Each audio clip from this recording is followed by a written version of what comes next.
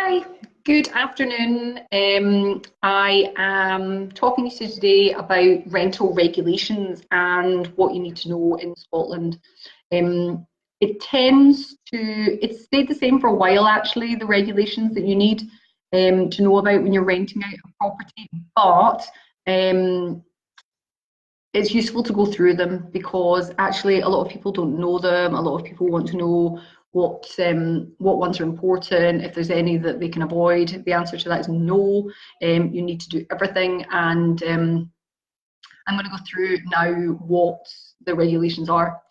So I guess the first thing to say is the Repairing Standard Act. So all properties in Scotland need to meet the Repairing Standard Act, and that means various different things. But one of the important things is that everything's fit for purpose. So if you are providing something in a property, for example, washing machine, dishwasher, fridge freezer, they need to be fit for purpose. So you cannot leave the tenant with something that you say, okay, you can have use of this until it breaks. That just doesn't work anymore. You now need to supply them always with things that are functional. So you always need to make sure that anything that you're supplying in a property is fit for purpose and functional.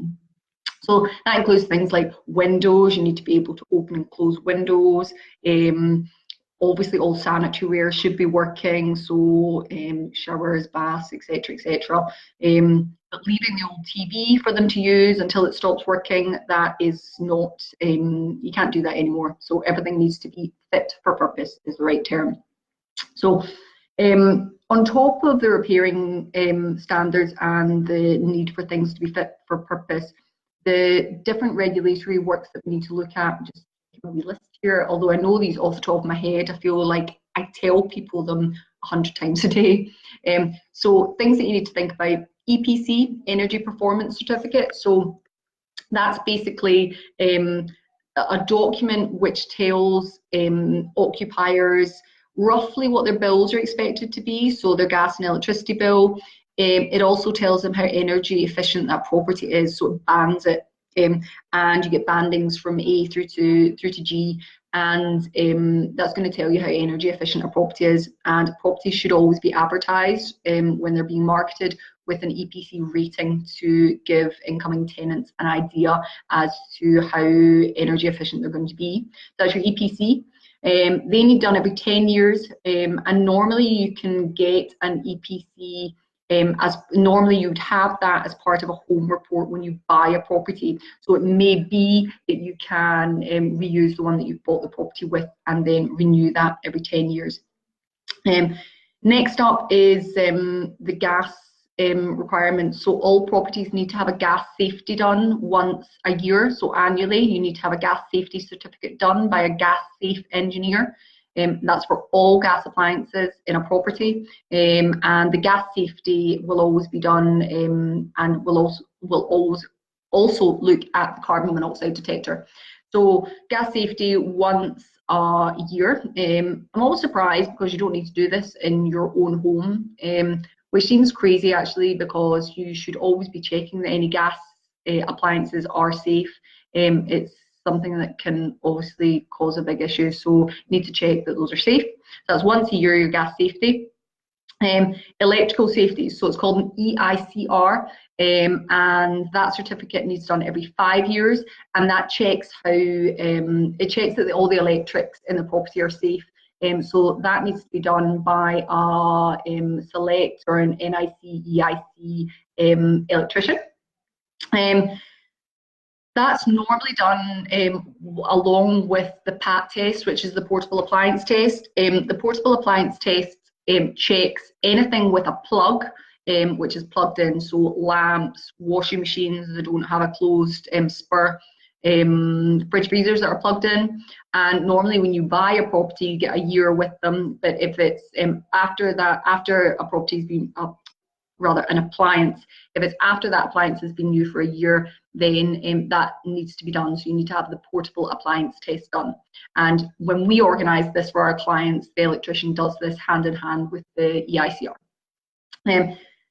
Hand in hand with those electrical items, you also need, thank you, Martin, you also need some smoke alarms. So mains operated smoke alarms need to be in any rental property. You need to have one in the hallway, one in the living room, and a combined smoke alarm heat detector in the kitchen.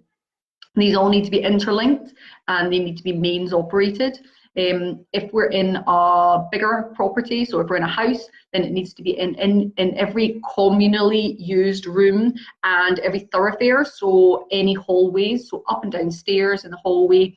And if you've got a dining room, you need something in the dining room. If you've got another TV room or a playroom or a second living room or something like that, it needs to be in there as well.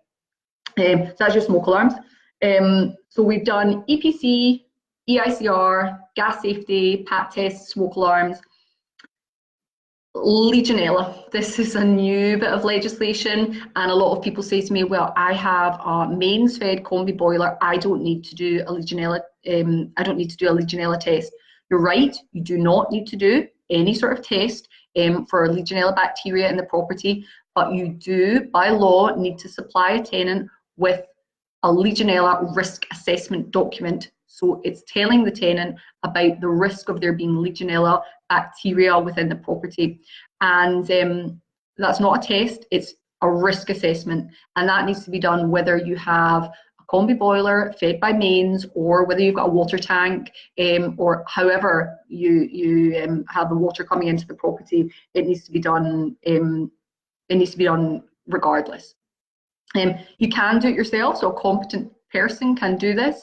You don't need to get a company in to do it. You don't need any specific qualifications, but you do need to be competent and know what you're doing. So that's Legionella. Fire and furnishings is probably the last one. Hang on, we haven't talked about landlord registration. We'll do that in a sec. But all furniture that you leave in a property needs to be fire compliant. So, you know, the tags that go on the bottom. The tags don't need to be there, but you need to be comfortable that those furnishings are fire compliant, and that's really anything made post 1989. So it's pretty old now for not to be compliant, but we still do go to properties where there's really old mattresses or maybe like an antique stuffed chair. They can cause problems. There's a few of them. So watch out your fire and furnishings. And finally, landlord registration. So landlord registration is done through the council, and you're registering yourself as a landlord on the landlord registration database, and then you're linking your property to your own registration. So you can have one registration and you might have multiple properties linked to it. But remember that your registration should be for every owner of the property. So it may be jointly owned, both of you need to register. You do get a discount for having multiple owners if they're family members, but you need to remember to do this. The council are really hot on it now, and you can actually get your rent arrested if you don't comply. So if the council find out that you're renting out your property and you are not registered, they will write to the tenant. Well, you'll get a few reminders, but they will write to the tenant and they'll tell the tenant not to pay because you're not registered as a landlord. And that can cause a big problem, and that does happen, by the way. So make sure that you're registered and that your registration is up to date, or the council will be after you chasing your tenants. And the last thing is probably just a reminder that you need to pay income tax on your income at the property. So it doesn't directly relate to the property, but it is important for you to remember that you should be declaring any income that you have on your income tax return. Now, that was really boring, but I think quite useful. For landlords, a lot of people ask me just to go through the regulations so that they know that they're doing everything right. It's obviously more to renting out your property than just meeting those regulations, but it's a start, and it'll at least make sure that you know that your property is safe for tenants to move into. Any questions, give me a shout, and I shall see you next week. Bye.